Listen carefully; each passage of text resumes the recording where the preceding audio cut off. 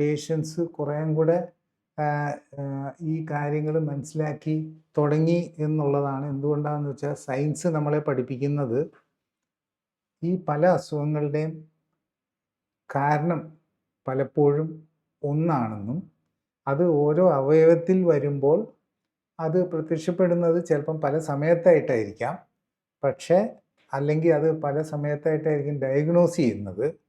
ചിലപ്പം ഫാറ്റി ലിവറായിട്ടായിരിക്കും ചിലപ്പോൾ ആദ്യം നമ്മൾ അനുഭവപ്പെടുന്നത്, പിന്നീടായിരിക്കും അത് ഡയബറ്റീസ് ആയിട്ട് വരുന്നത്, അത് കഴിഞ്ഞിട്ടായിരിക്കും പിന്നെ ഡയബറ്റീസ് എന്ന് പറഞ്ഞാൽ ഗ്ലൂക്കോസ് കൂടുന്നതായിട്ട് കാണുന്നത്, പിന്നെ ആയിരിക്കും BP കൂടുന്നതായിട്ട് കാണുന്നത്, പിന്നെ കുറച്ച് കഴിഞ്ഞിട്ടായിരിക്കും ഹാർട്ടിന് ബ്ലോക്കായിട്ട് ഇത് കാണുന്നത്.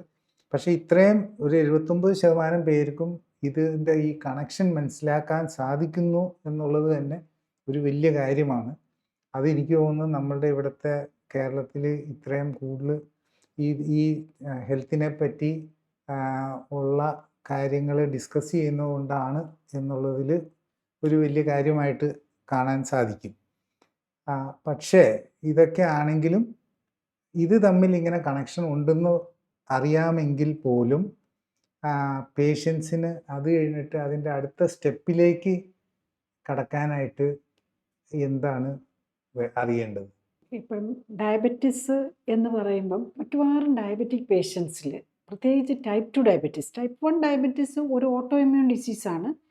അവരിൽ മറ്റ് ഓട്ടോ ഇമ്മ്യൂൺ ഡിസീസസ് വരാനുള്ള ചാൻസ് കൂടുതലായിരിക്കും. ഇപ്പം കൊച്ചുകുട്ടിയായിരിക്കുമ്പോൾ തന്നെ വന്നതായിരിക്കാം. അപ്പം അല്ലെങ്കിൽ ഡയബറ്റിസ് വന്നു, അവർക്ക് കുറച്ച് നാൾ കഴിയുമ്പോഴേക്കും ആർത്രൈറ്റിസ് വരാം, അല്ലെങ്കിൽ തൈറോയിഡൈറ്റിസ് വരാം. ഇതൊക്കെയാണ് നമ്മളിവിടെ കോമൺ ആയിട്ട് കാണുന്ന ഓട്ടോ ഇമ്മ്യൂൺ ഡിസീസസ്. അപ്പം ഒരു ഓട്ടോ ഇമ്മ്യൂൺ ഡിസീസ് വന്നു കഴിഞ്ഞാൽ അത് നമ്മൾ ഡയബറ്റിസ് പാൻക്രിയാസിനെ ബാധിച്ചാൽ അത് ടൈപ്പ് 1 ഡയബറ്റിസ് ആവും. അത് കഴിഞ്ഞ് തൈറോയിഡിനെ ബാധിച്ചാൽ അത് ഹാഷിമോട്ടോസ് തൈറോയിഡൈറ്റിസ് ആവും. പാൻക്രിയാസിനെ ബാധിച്ചാൽ അത് ബേസിക്കലി അവിടെ ഒരു പാൻക്രിയാസിനൊരു ഇൻഫ്ലമേഷനാണ് വരുന്നത്. തൈറോയിഡിനെ ബാധിക്കും, തൈറോയിഡിന് ഇൻഫ്ലമേഷൻ വരും. ജോയിൻറ്റിനെ ബാധിച്ച് ജോയിൻറ്റിന് വരും, അപ്പോൾ നമ്മൾ ആർത്രൈറ്റിസ് എന്ന് പറയും. അങ്ങനെ ഏത് ഓർഗനാണ് അതനുസരിച്ച് പോകും. പിന്നെ ഈ ടൈപ്പ് 2 ഡയബറ്റീസ് എന്ന് പറയുമ്പോൾ അതിൻ്റെ ഒറിജിൻ മെറ്റബോളിക്കാണ്.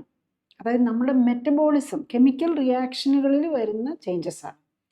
അപ്പോൾ അത് തന്നെ മിക്കവാറും വരുന്നത് ഒരു മെറ്റബോളിക് സിൻഡ്രോം എന്നാണ് ഇപ്പോൾ അറിയപ്പെടുന്നത്. ബേസിക്കലി നമ്മളൊരു ഒരു ഗ്രൂപ്പ് ഓഫ് ഡിസീസാണ്. അതിൽ ഒബേസിറ്റി, പ്രത്യേകിച്ച് അബ്ഡോമിനൽ ഒബേസിറ്റി, വയറ് ചാടി വരിക, പിന്നെ ഹൈപ്പർ ടെൻഷൻ, ഡയബറ്റിസ്, കൊളസ്ട്രോൾ കൂടുക. കൊളസ്ട്രോൾ എന്ന് പറഞ്ഞാൽ ഡിസ്ലൈപ്പിഡീമിയ, കൊളസ്ട്രോളും ട്രൈഗ്ലിസറൈഡും കൂടുക.